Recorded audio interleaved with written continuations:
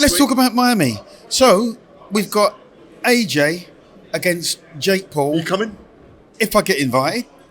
I'm there, aren't I? Our leading British fighter of all time is not going to be. I don't know, mate. What would be the biggest upset in the history of boxing ever? I don't maybe even know. in sports. I don't know. If Jake Paul beats Anthony Joshua. I would love to be in Miami. I'd love to go to the show. Someone's got to invite me. Why, if you're the greatest British boxer of all time, why haven't Netflix invited you there? I don't know.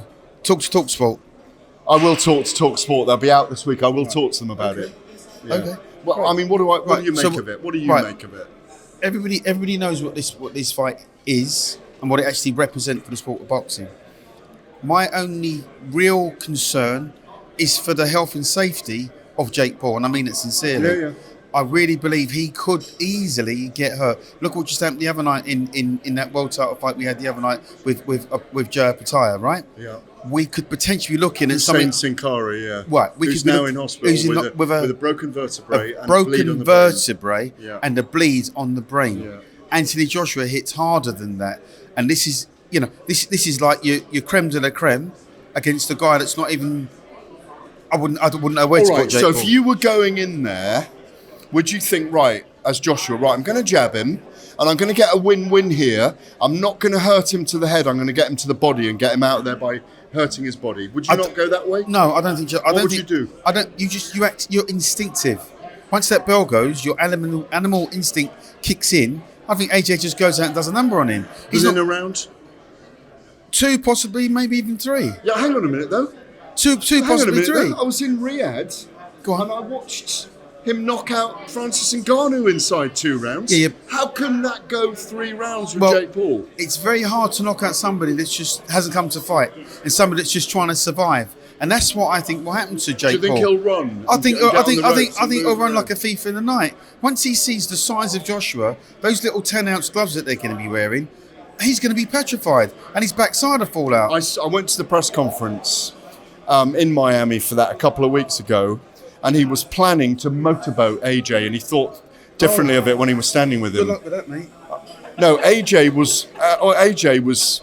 He'd have got motorboated out of there. Listen, mate, listen. Good luck with that, because if he starts out with AJ, puts his chin out and starts trying to goad him in, I think Anthony Joshua will definitely iron him out early. Do you think he finishes his boxing career then? Let's hope so. If Jake Paul does something weird and wins, is that impossible? Nothing's impossible. Nothing is impossible. Highly unlikely, but not impossible. If you'd been invited to fight Jake Paul for 25, I've heard it's 25 million. That's me behind the scenes. Other people have told me it's 60. Other people have told me it's more for Anthony Joshua. If you had been a current world champion and you'd been offered that fight with Jake Paul, would you have taken it? 100%. So he had to take it. He had to take it. So you've got nothing against him taking it? I've got nothing against him taking it, spending the money even. Still got nothing against that. My concern is for the health and safety of Jake Paul and the sport of boxing. Because boxing will be pulled into the dock if something happens to Jake. It would never have been licensed in the UK, would it? No. And the anti-boxing brigade start jumping up and down again. Yeah. Ban the sport. Yeah. It's dangerous. They should never have it. ABCD. That's my concern. Tommy Fury beat him. Tommy Fury beat Jake Paul. We would never get Tommy Fury licensed in the UK to fight Anthony Joshua, would we? Ever. Not in a million years. So there you go. What Thanks. else are you going to ask me about? Nothing else, mate. Let's close the show. No, thanks, Gareth. I really appreciate Eubank, that, mate. Eubank. Oh, all right. Let's do Eubank. You've got a director. You've got Spielberg working here behind the camera. Eamon Spielberg. Okay. Right. What's your take on Chris Eubank Jr., Conor Benn, on their last fight?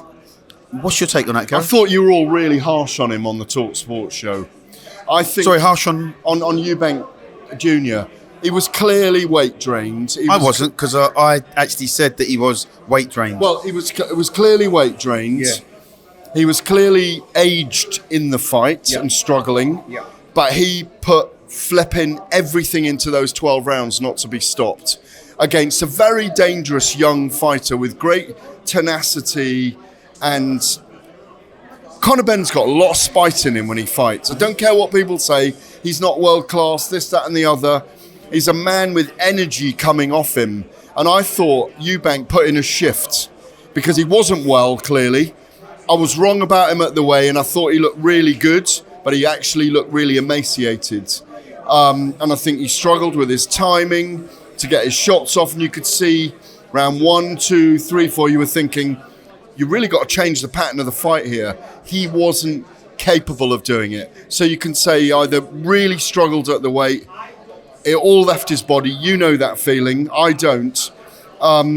So I'm not going to be too hard on him. He wanted to make the weight. He wanted to make the fight. I think people were too harsh on him afterwards. I think Conor Benn deserves a lot of praise for what he did. He's become a superstar. Yes, they're trading on their father's names.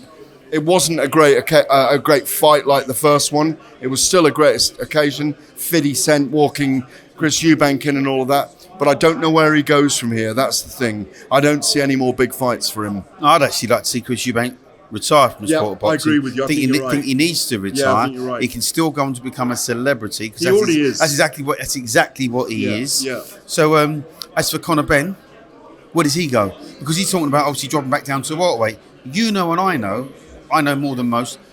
Shedding that weight, he will be in the same position as Eubank will be in. Well, weirdly, whoever wins out of Ryan Garcia, Mario Barrios for the WBC welterweight crown, and they are being positioned by Mauricio Suleiman, the WBC. How is that possible? Because he hasn't boxed at welterweight for 4 years. 4 years. Yeah. 4 years. And now he's mandatory to fight for the welterweight championship of the world. How is that possible? Money and timing runs the Wild West in boxing. It's purely a business move. Yeah. Eddie Hearn's explained this. WBC came to him. He said, yeah, Conor wants to try and fight Barrios or the winner of Barrios. Say the same of Ryan Garcia.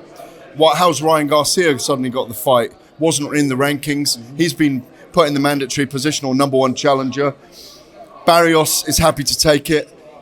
Ryan Garcia's a big money fight. If Garcia wins that, which I think he might, Conor Benn against Ryan Garcia is a massive fight.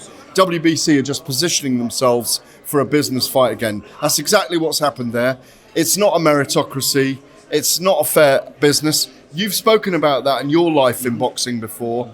Mickey Duff was an arch perpetrator of these things. One of the greatest probably at the time, when he was managing you and promoting you as well, he was the greatest matchmaker in the world. In fact, you look back in history, Madison Square Garden, that was probably one of the meccas for fight nights at the time, wanted to employ him. You remember this? As their matchmaker. As their matchmaker. Yeah. And that is literally like these guys the Bible of boxing saying, can we have you come and live here and do all the boxing? Because Madison Square Garden was the place at the time. Yeah. So for me, all it is boxing doing what boxing does, which is let's pick the top end, the top of the pyramid stars, and put them in big fights because we know they'll make money. That's all it is. Conor Benn has become a crossover name, and he will end up fighting for the welterweight world title and probably move to 154 or catch weights to fight Devin Haney, Ryan Garcia, Teo Lopez, and Shekhar Stevenson. And then he's probably done. Yeah, sure. Well, thanks, Gareth, mate. I appreciate it. I appreciate your time. To finally be on Jukebox. Make sure you tune in to Jukebox. It'll be 1 million subscribers before you know it, because he is, in his own words, the number one pound for pound British boxer of all time. Thanks, mate.